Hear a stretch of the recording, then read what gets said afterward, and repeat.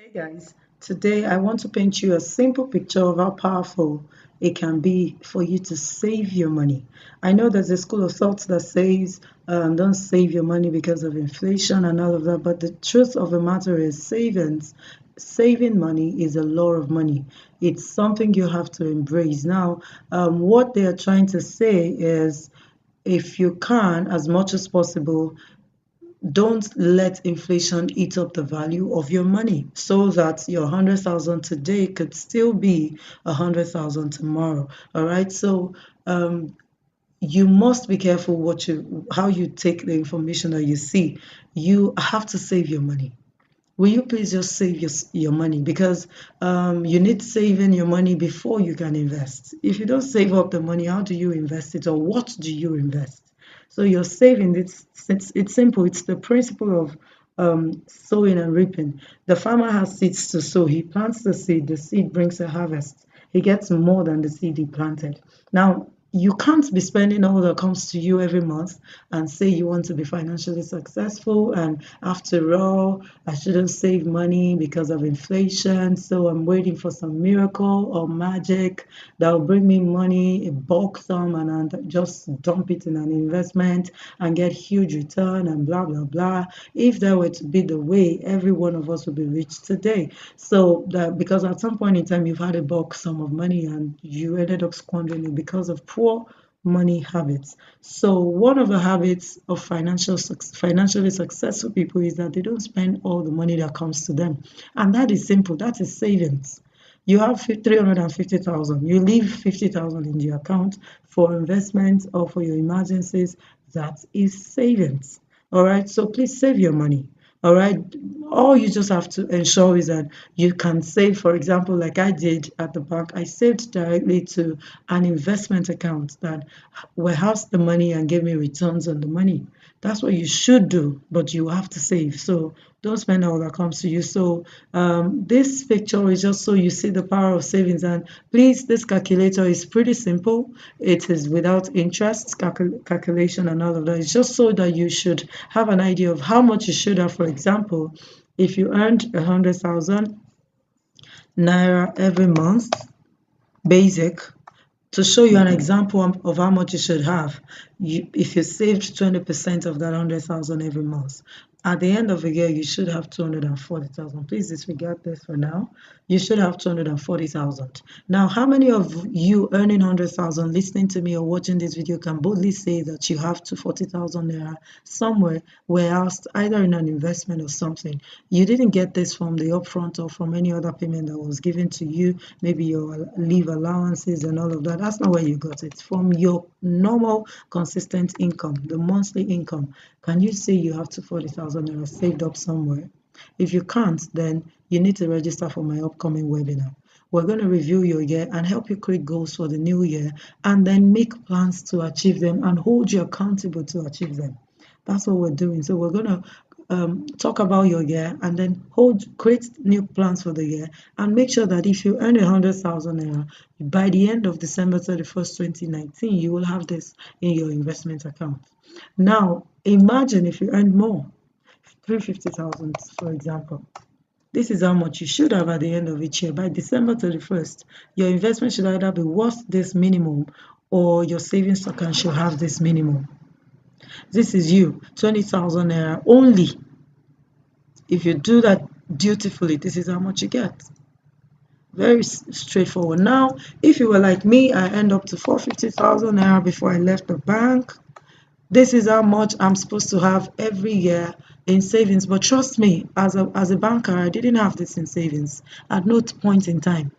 At no point in time, plus upfront, which they paid me up to about almost 1.8 million or so at the time. There are people who get upfront now in some offices up to 6 million, 8 million.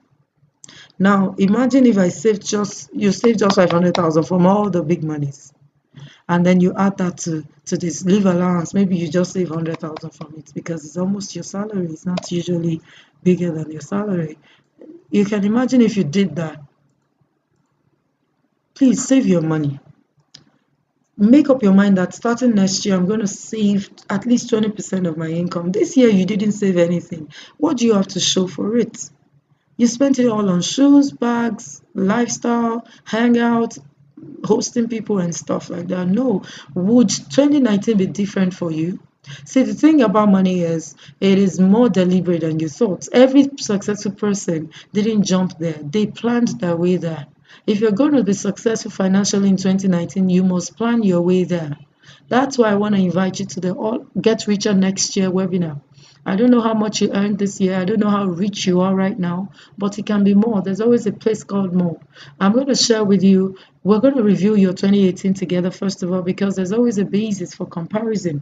So, why should I compare 2018 to 2017? It helps you weigh things. So if you look at 2017 and 2018, did you do better? If you didn't, how can you do better next year? Those are the things we'll be talking about. We're going to talk about 7 different ways you can actually grow financially. You can actually make more money. Now, if you did this year, let's assume this is where you stopped. You didn't have upfront and all these things. You just stopped at this level.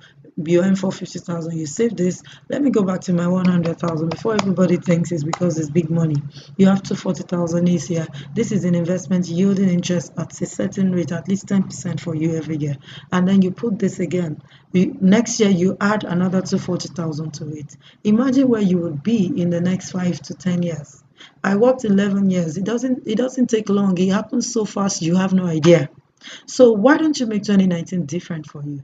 Register for the webinar. There's so much we're going to talk about. There's so much you're going to learn. You're going to see how that you can tweak and turn around your finances just by little changes you will be making in your habits and in just putting a plan in place for the new year. Um, the link to register is on my bio, so feel free to register. And you can also gift this to family and friends. Do you have that person who is always borrowing money from you? They never have money.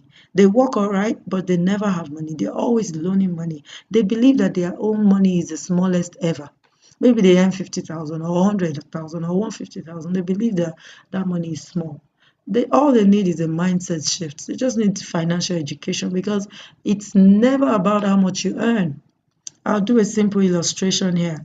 1 billion naira. I hope this is 1,33110. That's what you have as income. And then you have an expense of 1 billion. Let's do the maths. What is it? Sorry. Let's put it here. Equal to what? 8 minus E9. What do you have there? A big zero. But how much was the income? 1 billion.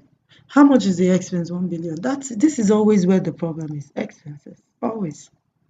And so I'm going to share with you on the webinar principles, styles, things, ways that successful businesses that you see today actually do use to cut this down, because this is where the problem is. If your income doesn't increase for this year, for example, your income was 1 billion and your expense was 500 million. By the time we have this, we'll have 500 million here. Can we see that? Can we see that? Now, if you make the same income in 2019 and you work on cutting this down to 300, what do we have? 700 million. There's always an art, there's always something that successful people do. All you just have to do is to learn it. So join us on the webinar. It's going to be a wonderful time. You'll get so much value for your money just for your 5,000 naira. Gift it to a cousin, gift it to that friend who is always borrowing, gift it to that neighbor who is always broke, gift it to your teenager child. You just never know. They're going to thank you for it, because financial education is actually the key to financial success and abundance. So that's the best gift you want to give to anybody. Money problems can affect your success academically, can affect you in your marriage, it can affect the way your personality, your person. So why won't you pay attention to it? So I hope this helps you. I'll see you again next time. Bye.